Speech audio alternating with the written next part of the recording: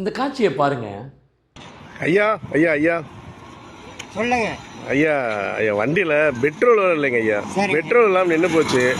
Purse வேற வீட்டிலேயே விட்டு வந்துட்டேன் ஐயா. எனக்கு அதான் பெட்ரோலுக்கு மட்டும் ஒரு 50 ரூபா கிடைக்குமாங்க ஐயா? ஒரு 40 ரூபா எங்கள் கையில் இருக்குதுங்க ஐயா. 40 ரூபா தான் இருக்கா? அவ்வளோதான் இருக்குது, அதை வேணா கொடுக்குறாங்க ஐயா. நான் உங்கள்கிட்ட வாங்கினா நான் வேற வெளியூர்ல இருந்து வரேங்க ஐயா. நான் உங்கள்கிட்ட வாங்கிட்டு நான் பார்த்தீங்கனாலும் எனக்கு கொடுங்க. எப்போ பார்த்தாலும் கொடுக்கட்டுங்களா ஐயா? அப்படிங்களா ஐயா? 40 ரூபா இருக்குங்களா ஐயா? 40 சரி ரூபா கொடுங்க ஐயா. கொண்டு போட்டால் தான் சரிங்க ஐயா. எனக்கு பணம். அப்படிங்களா ஐயா? சரி சரி. என்ன பிளாஸ்டிக்குங்களா? பிளாஸ்டிக்கு. பிளாஸ்டிக் பொறுக்கி போடுறீங்களா? வாட்டருக்கான பிளாஸ்டிக்கு. சரி சரிங்க ஐயா.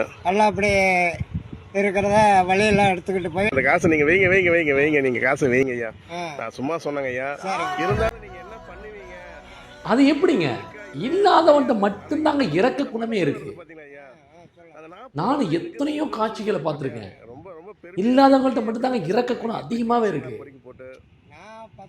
ஒரு ஏழைக்கு தாங்க ஒரு ஏழையுடைய அருமை தெரியும். வசதி படைத்தவர்களும் பணம் படைத்தவர்களும் கோடிக்கணக்கானவே இருக்காங்க. ஆனால் அதில் குறைக்கு எடுக்கலாம், எண்ணி எடுக்கலாம் நல்லவர்களை. மற்றவர்களை எல்லாருமே வந்து புத்தி தான் வைக்கிறாங்க பணத்தை. ஆனால் ஏழைகள் மட்டும்தான், இல்லாதவர்கள் மட்டும்தான் இறக்க குணத்தை வாரி வாரி இழக்கிறாங்க. ஏன்னா அவர்களுக்கு மட்டும்தான் இல்லாதவர்களுடைய அருமை தெரியுது, அவர்களுடைய கஷ்டம் தெரியுது.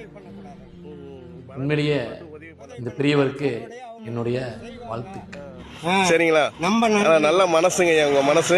இந்த வாழ்வு என்பது அந்த தெய்வம் தந்தது.